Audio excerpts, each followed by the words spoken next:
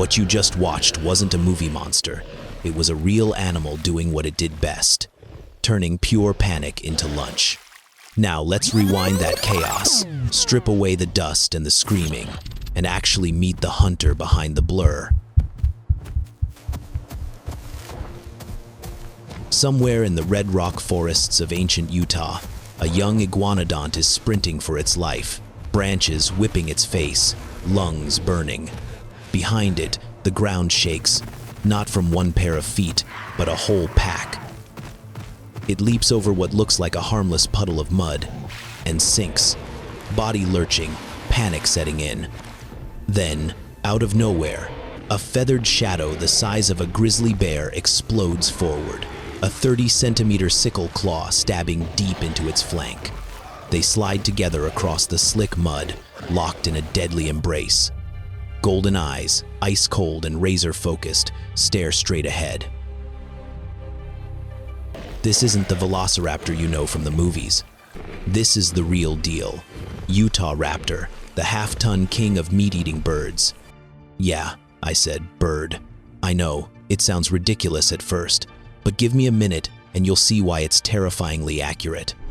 Utahraptor lived about 135 to 125 million years ago, early Cretaceous, right where the state of Utah is today, the same red deserts and arches that European and Aussie hikers lose their minds over on Instagram.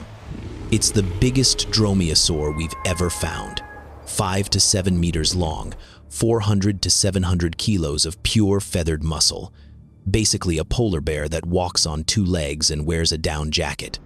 Hollywood basically stole its body and gave it to the velociraptors in Jurassic Park, while the real Velociraptor was barely bigger than a fat Thanksgiving turkey. So yeah, we've been cheering for the wrong star for 30 years. Dawn in the yellow cat member. Thin mist clings to the low scrub. A pack of 5 or 6 Utahraptors shakes the sleep off, fluffing up the feathers along their necks and tails like giant murderous pigeons getting ready for the day. Feathers? Absolutely. We haven't found direct fossil feathers on Utahraptor yet, but every close cousin, Microraptor, Velociraptor, Deconstructing, was covered in them, so a half-ton raptor definitely had a full coat.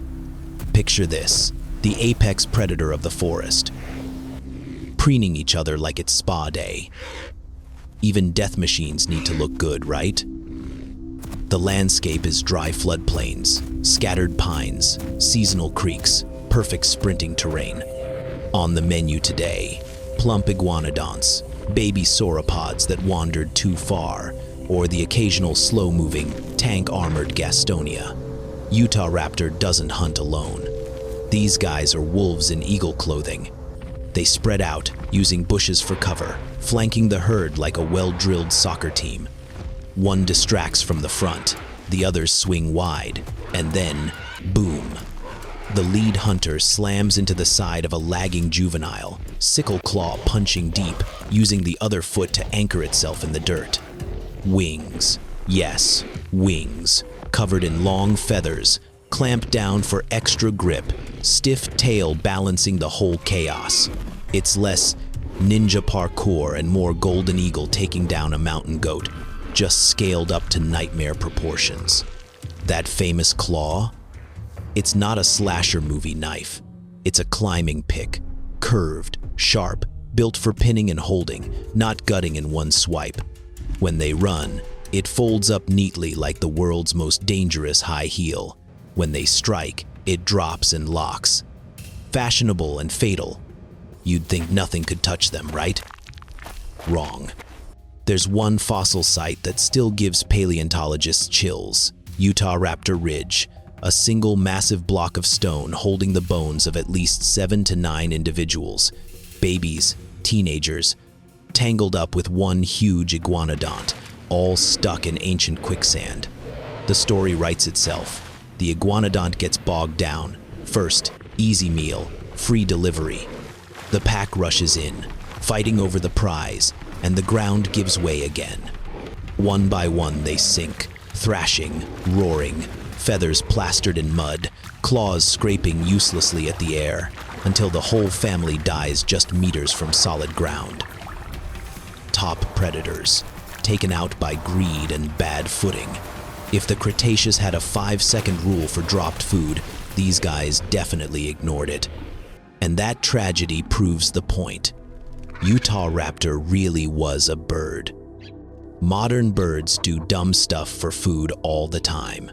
The only difference is your backyard chicken risks it for a kernel of corn, while Utahraptor risked it for an all-you-can-eat dinosaur buffet. Everything about them screams supersized bird of prey.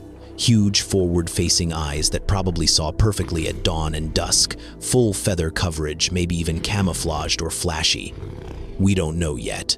Curved talons for pinning, pack hunting tactics. Blow a golden eagle up 20 times, give it teeth and a bad attitude, and you've got Utahraptor. Imagine one stepping out of the fossils today. Sunrise at Arches National Park. A group of German hikers lining up the perfect delicate arch shot, totally oblivious to the refrigerator-sized feathered silhouette watching from the ridge above. Mountain bikers screaming down a slick rock trail at 50 kilometers per hour, glancing down to see a Utahraptor effortlessly keeping pace along the canyon floor, claws clicking on stone. Night camping in canyonlands. You're roasting marshmallows when heavy footsteps circle the tent and a long shadow slides across the firelight. Good news, they probably wouldn't bother with cities. Bad news, every epic American hiking trail just became an open-air buffet. In the end, the king that once ruled the red forests of western North America, that left deep claw marks in the bones of its prey, is now just a handful of stones and a pile of bones glued together by ancient mud. Yet every time a golden eagle dives for a fish, every time a rooster crows at sunrise, a tiny piece of Utahraptor is still out there, flying through our skies on much smaller wings. A half-ton bird of prey that made entire forests hold their breath, reduced to a few feathers fluttering over our cities. And honestly, that feels like the most beautiful ending a king could ever ask for. See you next time, when we meet a monster that didn't need claws, didn't need feathers, just raw, earth-shaking mass.